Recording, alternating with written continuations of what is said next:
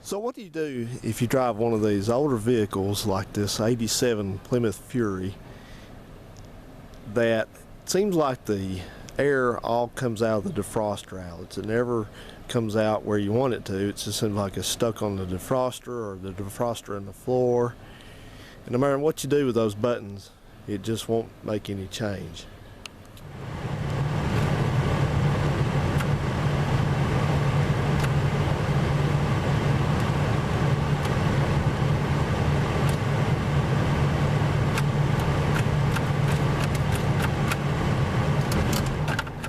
Well, fortunately, this is a pretty easy diagnosis and a pretty easy to repair on vehicles as old as this one.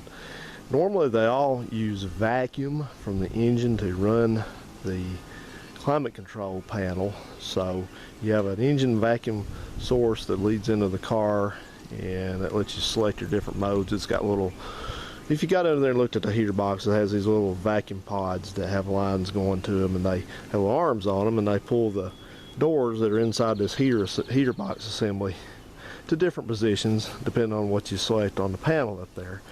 So if you ever have one of these that defaults to the defrost, then it's a pretty good clue that you've lost your vacuum supply. So what you would do to repair that is you would come in here, hop the hood, and probably need to pull the air cleaner like I have on this one, and look back here at the, so usually it's near the back. You'll see more often than not that you'll have a port here, like a vacuum, they call it a vacuum tree, on this intake manifold. And you can see this one's got one that leads off to the power brake booster over here, and there's another one that goes to some other stuff that the engine accessories like the EGR valve stuff. But if you look over here, right there we have a small nylon vacuum line that comes around, and on this car it kind of curves around and it leads right in there. So it goes inside the car right there, and what's that one there? I think it's going the same place, sort of. Get the light in. A couple of them going in right there. See a white one too coming back out somewhere. In fact, I can tell you what that is. That's something else we're fixing to look at. So you got these two vacuum lines going in right there. And what happens more often than not that this thing, they'll break. So what happens is you'll see stuff like this. So more often than not, what you're going to find when you start tracing those lines that come out of the car to the engine is you're going to find something that's broken, like this one, or you may have gotten against something and rubbed a hole in it like that there, because that'll cause a vacuum leak. So you can't have that. It has to be vacuum tight.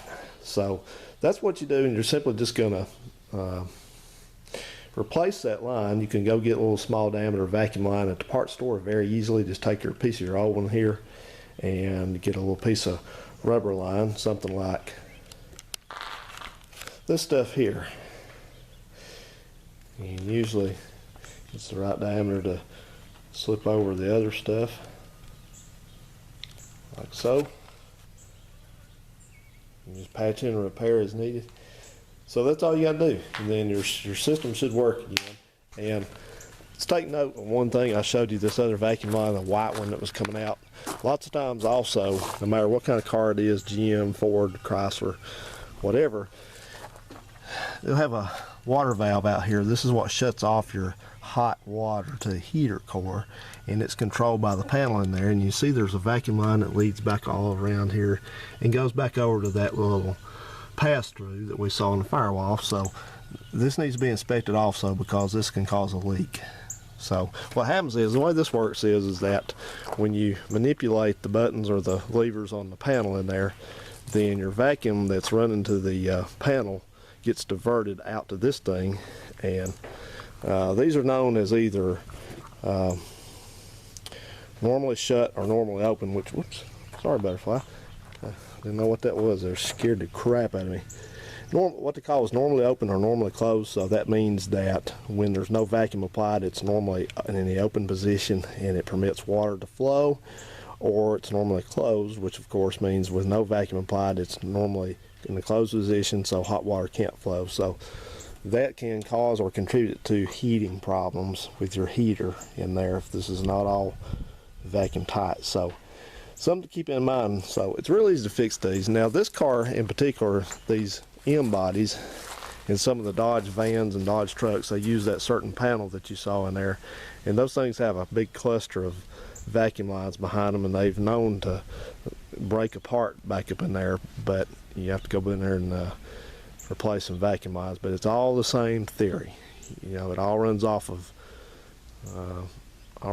vacuum from the engine. So if you have problems with that, it's not moving, it's not selecting, then that's what you look into.